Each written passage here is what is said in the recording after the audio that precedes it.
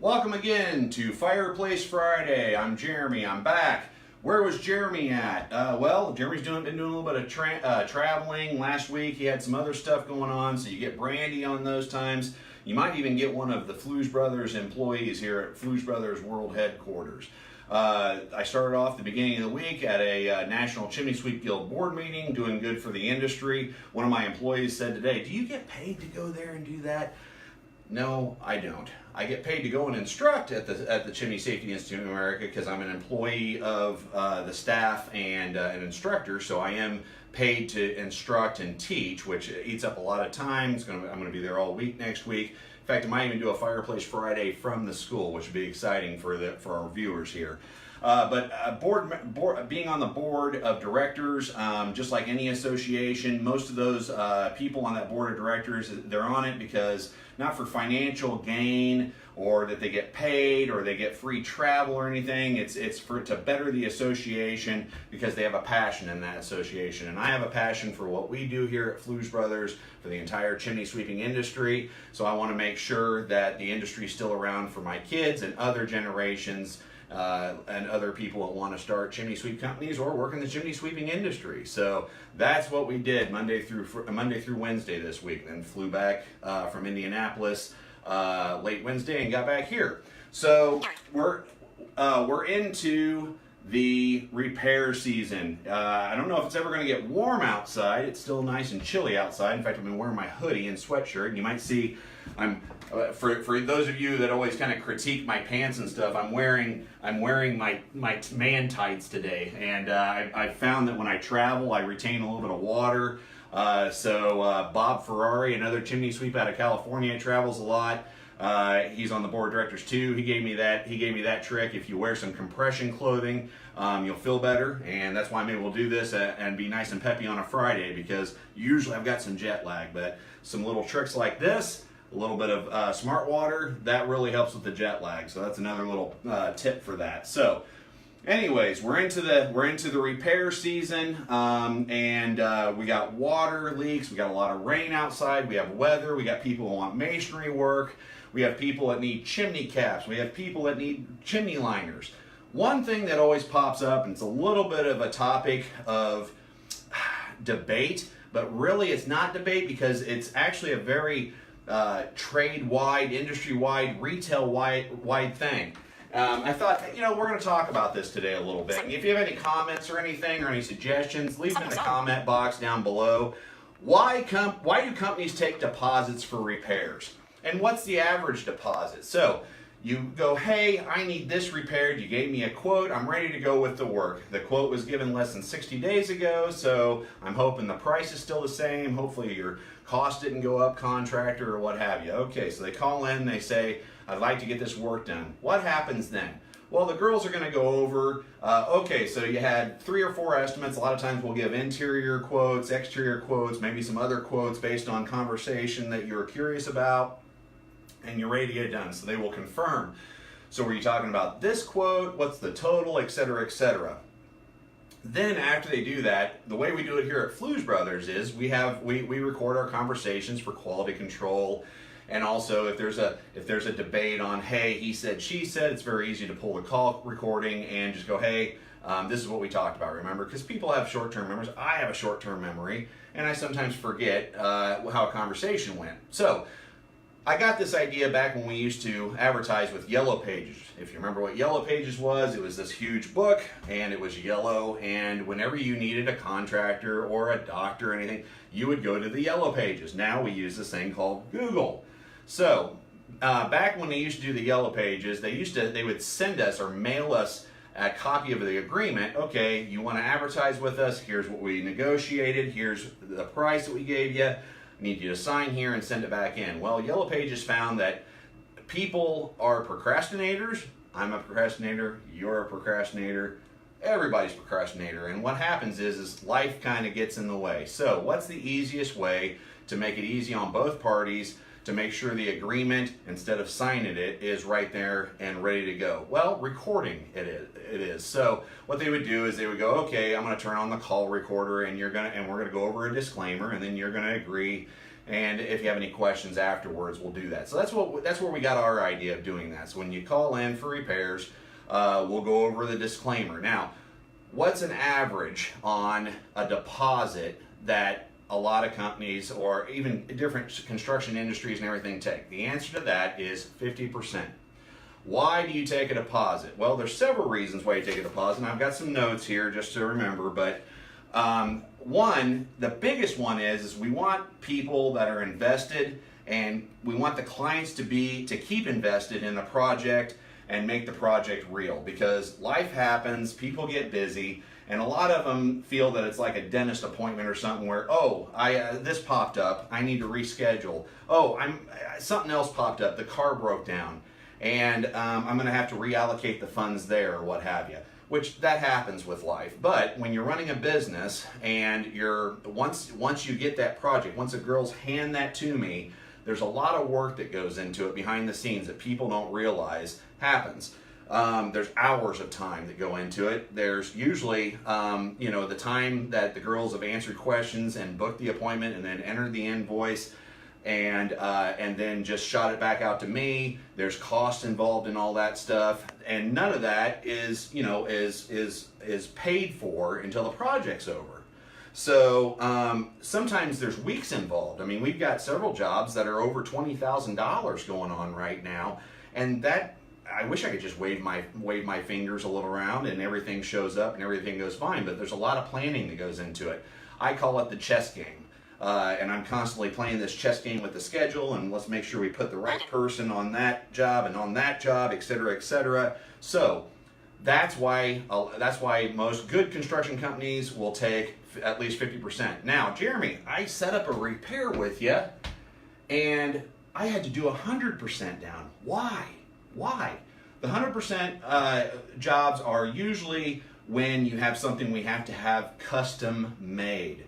Now, when you do something custom made, that will only fit your project, like countertops or anything like that. For us, it might be a custom chimney cap. It might be a special firebox, like another job we have going on.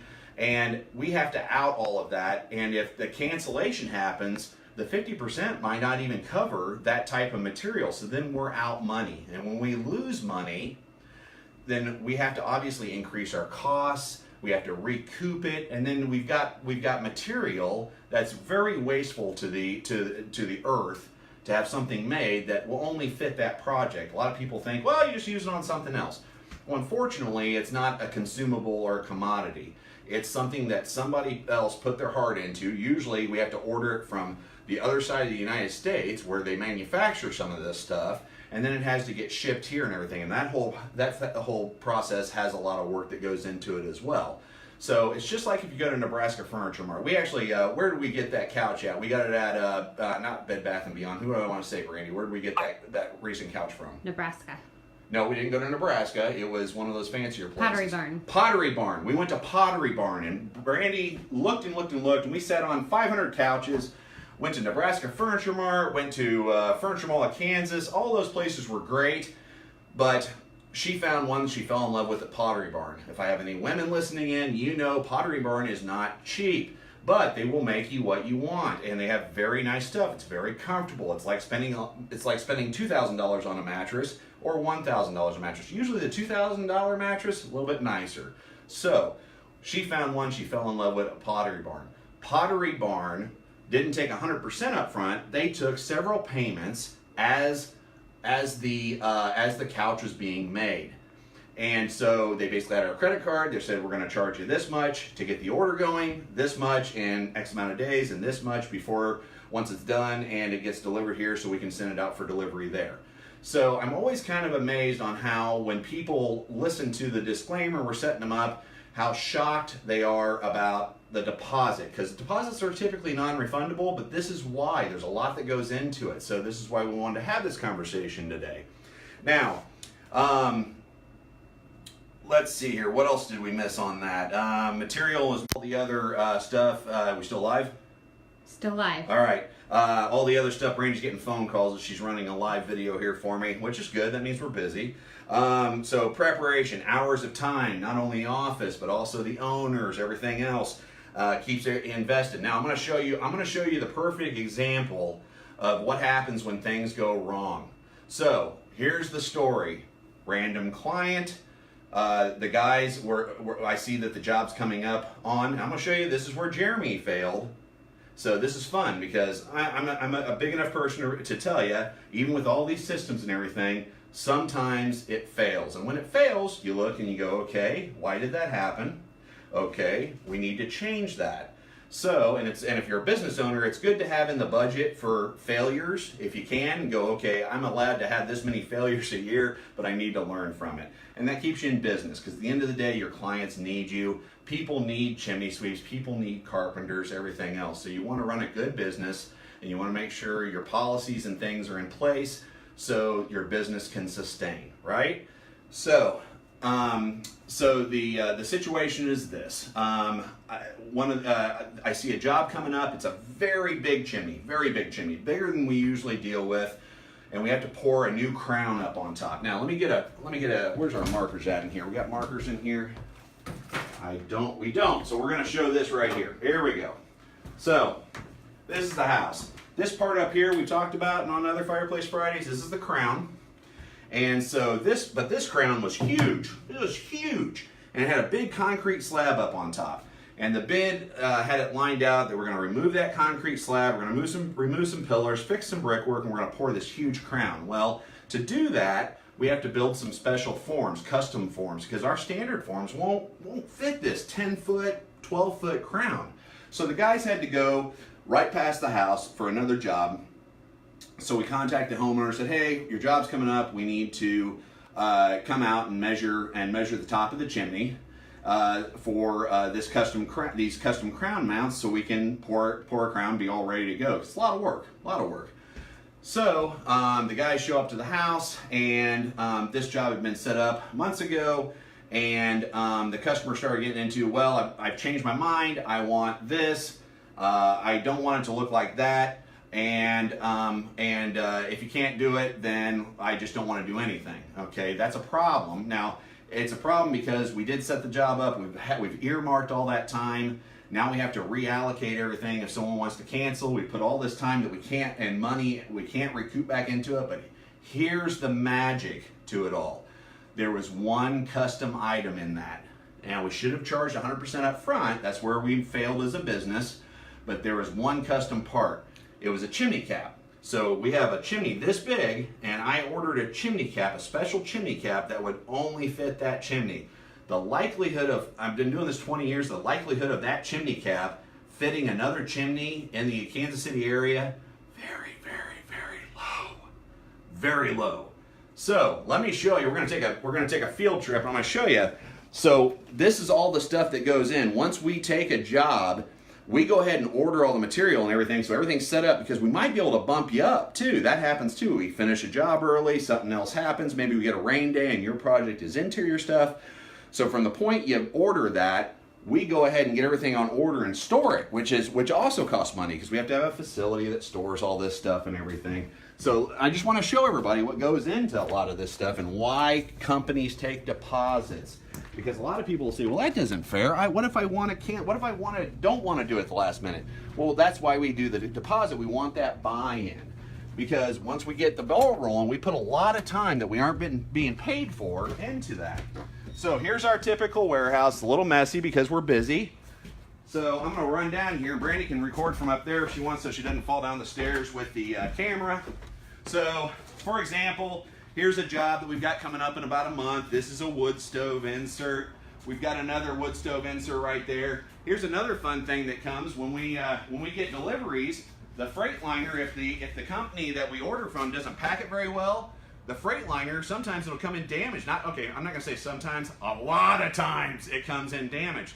So we have to assess that. Sometimes we have to contact and we have to get another one in. So that's extra time, that's more time, and that's every company. We're not special. Every company out there has these issues. But see this right here, that came in damaged. Luckily it was just the box, and I took a look at the panel, so I don't need to order another panel, but that takes time, right? So this big box right here, this is a chimney liner. That's a liner. Here's a good story on this one.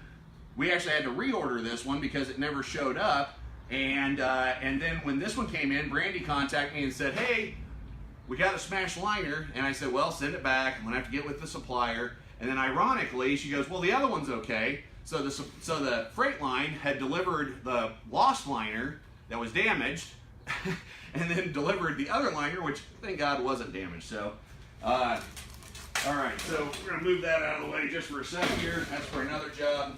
And Jeremy, you do have clients here, so I'm gonna have you wrap up our video. You keep going, but wrap it up too. Okay. Because we have a lot of customers that come to our shop. Cool. So this big long thing, this big long box, is the chimney cap from that job that we had ordered. And so we said, well, we're gonna have. I was a nice guy on this particular one. I said, you know what? We took the deposit credit card. We didn't run it. We'll go ahead and just charge you for the chimney cap, and I'll bring the chimney cap over to you. It's yours, because that was the one custom part of the job. And that was me being nice, trying to make a nice resolution because she wanted to cancel the job. And unfortunately, she of course got angry. This is bad customer service. This is horrible. Blah blah blah. I'm being taken advantage of.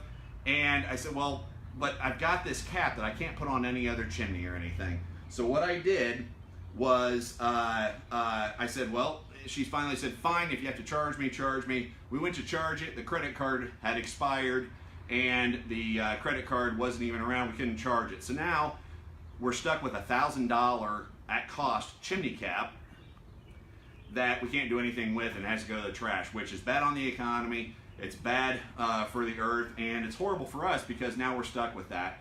So this is the type of stuff. This is why companies take deposits on things. And so there's a buy-in and there's an understanding that we're going to be investing in you and you're investing in us. So it's a win-win situation. So if you have any questions about any of this or why companies do certain things, it's in it to basically